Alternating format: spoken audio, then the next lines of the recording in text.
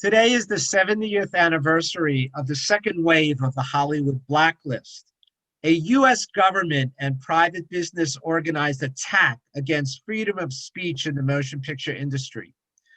Before actor Larry Parks was badgered into betraying himself and others on March 21st, 1951, this assault on free expression systematically began in October 1947, when the first of the Hollywood 10 testified before the House Un-American Activities Committee, or HUAC. Those hearings resulted in the imprisonment and fining of the 10 filmmakers in the land of the free, largely for refusing to answer congressional committee questions about the political and union affiliations of themselves and others. The 1947 HUAC hearings also resulted in an expanding blacklist in Hollywood, with studios increasingly denying employment to writers, directors, actors, etc. This is how the Inquisition in Hollywood worked.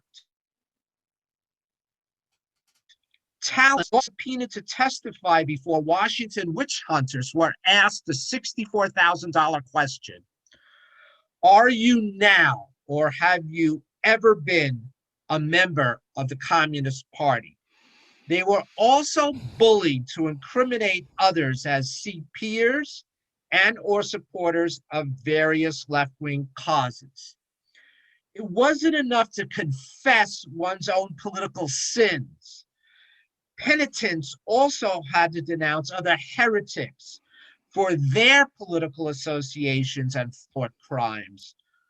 Cooperative, friendly witnesses who informed on themselves and named names of others to a congressional committee, the studio chiefs, and or certain private entities, were generally allowed to crawl back to work in the movie industry. However, unfriendly witnesses who refused to cooperate and rat out others were forbidden from making pictures.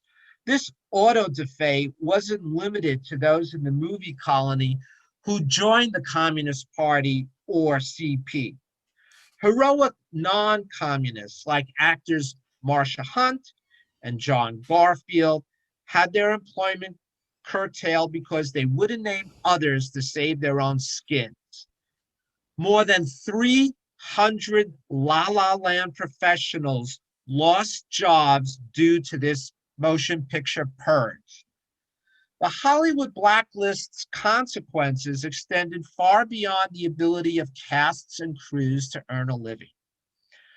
This act of blatant censorship also adversely impacted upon American culture. What the U.S. experienced from roughly 1947 to 1960 was a coordinated campaign to subvert and undermine the First Amendment by J. Edgar Hoover's FBI and the U.S. House of Representatives, acting in league with studio moguls. In 1950, Senator Joe McCarthy joined the anti-communist crusade and chaired the Senate Permanent Subcommittee on Investigations, focusing on purported reds in the U.S. government and army. But McCarthy did call some prominent artists to testify, including poet Langston Hughes, writer Dashiell Hammett, composer Aaron Copland, and novelist Howard Fast. After World War II, America emerged as a nuclear-armed superpower and tried to impose global hegemony. To do this, Washington had to suppress dissent in the homeland.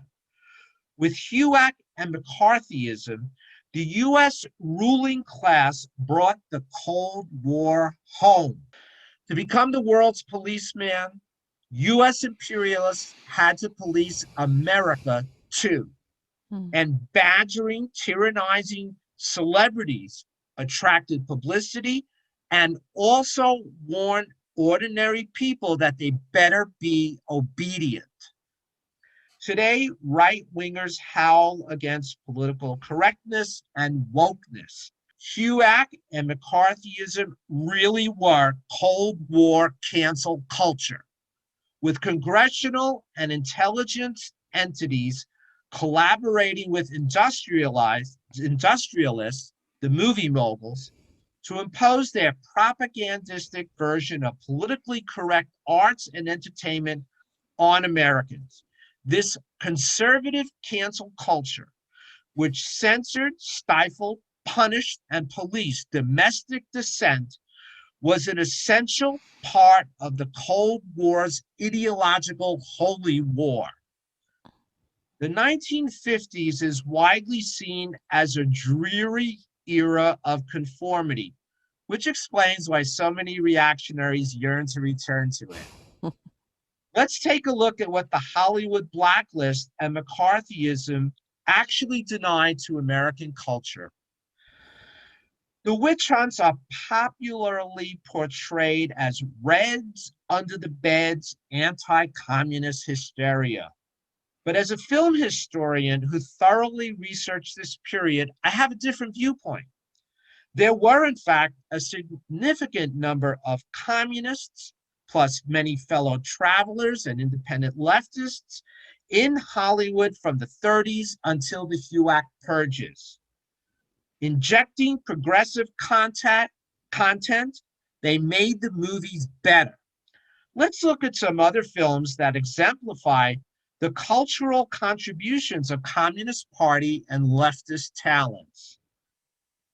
What beloved movie from Hollywood's golden age most embodies America's democratic values? In 1939's iconic Mr. Smith Goes to Washington, Jimmy Stewart stars as an idealistic young senator who does battle with congressional corruption. Frank Capra directed this popular classic, which received 10 Academy Award nominations. But when the Grand Inquisitors returned to Tinseltown in 1951, he was subpoenaed to testify. Refusing to name names, Bookman was blacklisted, fined, and found guilty of contempt of Congress. Capitol Hill finally exacted its revenge on the screenwriter who'd critiqued the Senate in Mr. Smith.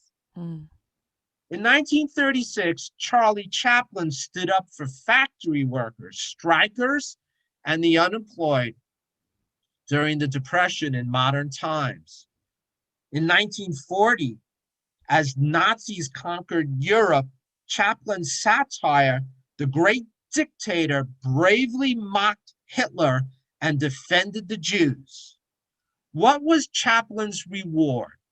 When Charlie sailed to London in 1952, British citizens' re-entry permit to America was revoked. Charlie, never a CPer, spent the rest of his life in exile. Despite their 13-year inquisition, Tinseltown's Turkey Martyrs were turkeys who never formally charged a single US-born artist with espionage and or treason. And despite the persecution of abused, unemployed North American-born talents, not one defected to the Iron Curtain. The blacklist also launched the political careers of two US presidents.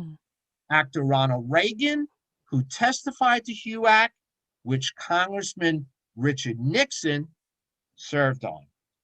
When today's right-wingers squeal about the new McCarthyism, remind them about the old McCarthyism, about the Cold War cancel culture unleashed against leftists in the 40s and the 50s by House and Senate committees, the FBI, and the entertainment industry. And oh, of course, there's a direct link from real McCarthyism to Donald Trump. Joe McCarthy's chief counsel, the scum of the earth, Roy Cohn, was, of course, the Donald's attorney.